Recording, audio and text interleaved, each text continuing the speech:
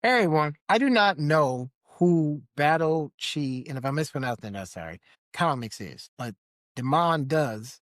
And it was in his feed and it came to my thread and I saw it and I wanted to check it out.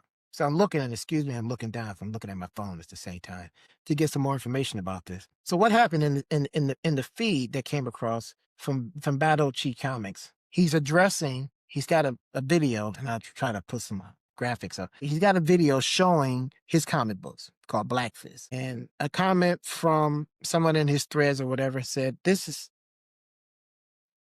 books gonna make black kids hate white people and cause more division. And I apologize for my hesitancy. It's not just because it's so far away, so small, but it's right with misspelled word. But I saw that. And seeing a black creator being confronted with this, not for the first time, as a black creator who's been confronted with this, my initial reaction was, here we go again. Someone is laying the burden, laying the blame of racism at a black creator. How ironic, oh, reverse racism and all that kind of stuff. Then I stopped and I said, I don't know this guy. I don't know anything about any of these people. Maybe he is a racist. I don't know what this book is about. Doesn't look racist, but it could be.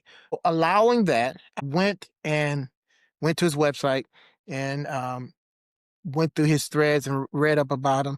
And he doesn't appear to be racist. He appears to be what he is, a black creator, talking about a topic germane to the black experience in the United States. And this is nothing new, like I said. Some examples that just leap out to me is the movie Sinners and myself. The movie Sinners, I've seen it, not as prevalent, but I've seen it, people leveling racism at it because, the villains are white and the heroes are mostly black, but also non-white. And I was leveled the same thing, oh, all your villains are white and all your heroes are black. That's racist. Even if that was the case. First of all, I'm not going to even bother defending Sinners. The world over has seen Sinners several times, okay? And, it's nominated for awards, it's people we're talking about. That movie needs no defending. People know that it can stand on its own merit. It doesn't need some small time author like me to defend it.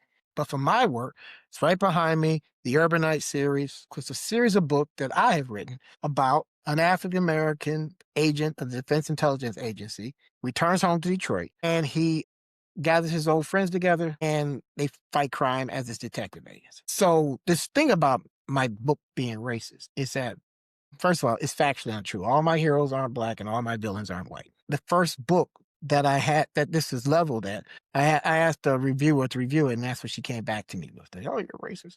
And it's not factually true. There's white heroes and there's a black villain, all that kind of stuff. So in the first book, I'm not talking about series wide, so I'm comparing apples to apples. So what she reviewed, her review was factually incorrect. And at the time I was all upset about, oh, say that about me. But now it's kind of like whatever. The point is that it's factually untrue. But even if it was true that's how it's divided. I mean, one, for me personally, that didn't have anything to do with it. When I created the UrbanKnights, I was in college, and at that point, I just had an idea, and I was rolling around and forming where they are, who they are, how this whole Defense Intelligence Agency thing that was all coming into play. But I didn't really have an idea. I mean, I was doing stuff like I wrote a story. They went to Hollywood and was helping out the good girls. It was a girl group in the 80s. And I didn't really know what to do with it. So one day I went to go see the movie Passenger 57. By this time, I'm in the Air Force, and I'm not really writing, just, an idea in the back of my head. And I see this movie, and I remember feeling like it was just nonstop action. I loved the soundtrack, and I was just looking at this movie like, I can do that. And so that's where this thing came from. And so my first villain became a variation of Charles Rain, a villain in Passenger 57. So it wasn't because I'll show you white people. Here's another white villain for you. It's like the villain in the movie that inspired me was white, so that's what I did. And that's it. As for Battle Chi Comics, this guy has a very particular story that is almost impossible to tell it without the specter of racism. So I'm looking at his stuff, and he's very vocal about, this is my vision, this is why I'm doing what I'm doing. And it boils down to It's about his dad.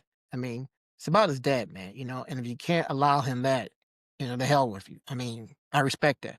And the book is it's not about his dad. It's a fictionalized version of his dad. And again, if anybody sees this and know I'm incorrect, please correct me. But the story is basically set in 1968 and in the South. Already it's like, how can you not talk about this? He his main character is the first super person on Earth. He's an African American young boy. By his battle chief, his idea is that, in his words, he liked the Man of Steel. I guess that was his model, given his age, for Superman. And he said he wanted to make something like that. So this character is like Superman, except he's black in 1960s. And his Lex Luthor is a leader in the Ku Klux Klan. And because of that, it's an alternate reality. And so it's not the Klan, it's something else. But, racism. And what I find interesting about this, more so than my particular example, I just mentioned because, one, I'm shamelessly plugging my book. Please buy it. And two is because, it's the same thing. And I feel like there's this thing of I'm going to cry racism to a black creator because, reverse racism is a thing and all that kind of stuff. Reverse racism is stupid because racism is racism. It's not owned by us. But you discredit them immediately. So if a person is black and they have black characters or Asian characters or Hispanic characters, whatever, it's not because, for diversity's sake, I'm sorry, I know that's a bad word, for diversity's sake or for the sake of, telling a story from a different point of view, it's because they're racist.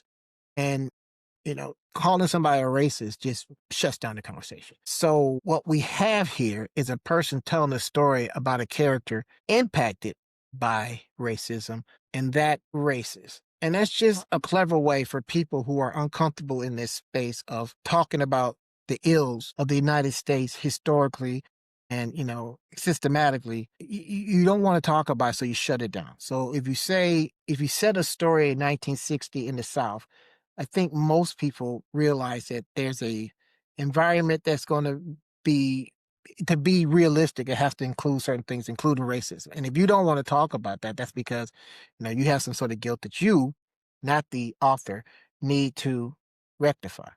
And quite frankly, it's just wrong to tell somebody you need to change your story because I'm uncomfortable. That's a you thing. I'm literally exhausted. I mean, earlier today, I encountered some people upset about the Sam Wilson character being portrayed as Captain America, and it's just exhausting. I mean, it's like I really don't understand why we can't get past things like this. It is really an issue of so what? Okay, so the guy's black. There are black people in the world who do things who could be more than just background characters. And I'm listening to this guy in Battle Chi. If you're listening to this, please respond. I mean, I would really love to do a podcast or video with you so we can have this conversation. I would really get better or deeper into what you think. And I like to have, we need to support each other. African American creators, especially African American male creators, need to stick together. But my overall feeling about this is just that we need to get past this point where if I'm uncomfortable, I got to shut it down. And I think that's where I'm getting at. So, I mean, really, this guy's not a racist. He's telling a story about something in a racist environment. And before I stop, let me just leave you with two things. My mother, who is 82 years old, still walks this earth. She's a real life breathing person. She's not a fictional character. She's a human being. And she tells stories of how she went to Oklahoma with my father when he was in the service decades ago during this time period. He was in the Army, he was stationed in Oklahoma. And she tells stories about separate drinking fountains and, having to sit in the balcony and that kind of thing. That's a real life person. That is happening to a person who is on this earth today. So this kind of thing that we shouldn't talk about that makes me uncomfortable. Imagine how my mother felt. Measure that against your discomfort. And one more thing, completely out of the blue. Nothing related at all. But I was listening to where I was reading this thread about Indiana Jones and how Indiana Jones, this is common theory. This guy was upset because if Indiana Jones didn't do anything, nothing would have changed. And people are going back and forth with what they feel about. And with this vector of racism all over the place, I thought to myself, where are the black people in Indiana Jones? Now, before you get upset and get in your feelings, I need you to hear this question. Where are the black people in Indiana Jones? Not that there are any in the movie. If there are, they're in the background, and I can't say that he was in a train station or airport or whatever, there wasn't a black person in the background. But where do black people exist in this world? And what's that story like? You got to get out of this thing of, I just want to tell my story. I just want to be in my space. And I don't care about all this other stuff because people live in those other stuff. People live in Oklahoma in 1960. People live in the 50s in America. And they have a right to tell their story too. And if that makes you uncomfortable, nobody cares.